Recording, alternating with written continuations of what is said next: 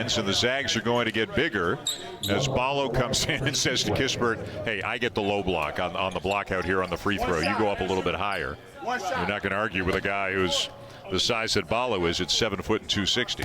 Well, you mentioned Shibe's rebounding. I mean, he's the best offensive rebounder in the country last year. He got about 20% of his team's misses. He goes after the ball with two hands, both he and Derek Culver. Remember, there was a time with the old Georgetown team, sometimes you would say, hey, their best offense is just getting the ball up on the rim and going to get it. You get a little bit of that with West Virginia right now. Well, that's really always been West Virginia. Even when Bob Huggins was at Cincinnati, I mean, they were a great offensive rebounding team. But they are really making it difficult for Drew Timme to get what he wants down in the low post. Nothing's in rhythm right now for Gonzaga because of West Virginia. Matthews with a pretty good look, gets it back, and the lefty misfires again from close range.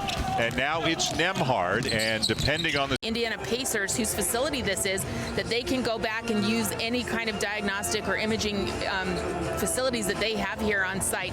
I'll keep you posted as soon as we know more. All right, Holly, thank you. Yeah. A big story here in this game. You were looking at a Bankers Life Fieldhouse in Indianapolis, the site of the Jimmy V Classic tonight. Of course, no fans in the stands, which is the case in just about every college basketball game that has been played or is going to be played for the foreseeable future.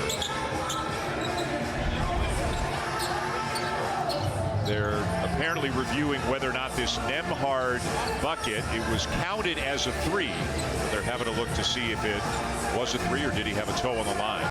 And fill that role reasonably well, do a lot of things for him. Yeah, he's just not the offensive rebounder, so getting second shots and having that presence down low is a little more difficult. Looks like they got Ballo with the foul on Culver, trying to be physical just to keep him from getting to a spot.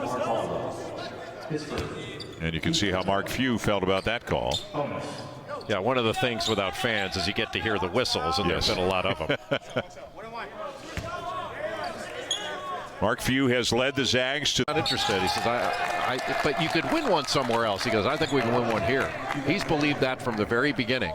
He's got great balance in Spokane, and he takes advantage of where he lives, his great family, great community, and he's not going to mess with being happy. And as you well know, his philosophy is he'll play anybody, anywhere, anytime. In this or any other season, they've already played Kansas and Auburn. They're going to play Baylor on the weekend. They've got a game coming up against Iowa because the West Coast Conference, although it's a good conference and probably a better one now than it was this year than it was last year, they're just not going to get a Big 10, Big 12, ACC level of competition once they get into conference play. So he goes nuts in November, December.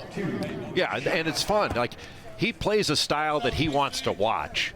You know, he went to the University of Oregon. A lot of people thought, well, maybe someday he'll take the Oregon job or UCLA or all these other places. And he's been offered a number of different jobs. And I think he would be a great NBA coach. But he's not interested in moving. He's really enjoyed his time at Gonzaga, and why not? I mean, with the amazing success they've had there. Well, as you said, not messing with half. He didn't do the hair. No, he had our hair. Yeah, he couldn't do it. Holly's got more. Well, guys, I actually followed up with Corey Kispert on why the headband this year, and he blames the coronavirus. He said, you know, early... Or maybe not. Suggs with a miss, and down with a rebound, Cottrell.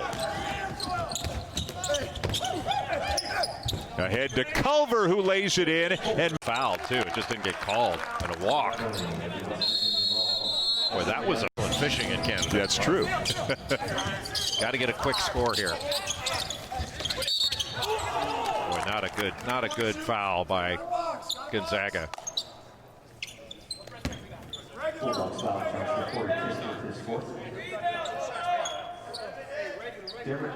And it's Gonzaga that wins the game as two good friends embrace on the court in the aftermath of this game. The Zags beat the Mountaineers 87-82. Don't forget, we've still got Illinois and Baylor coming up here in the second game of the Jimmy V Classic. Let's send it back to the studio now along with LaFonso Ellis and Seth Greenberg. Here's Reese Davis.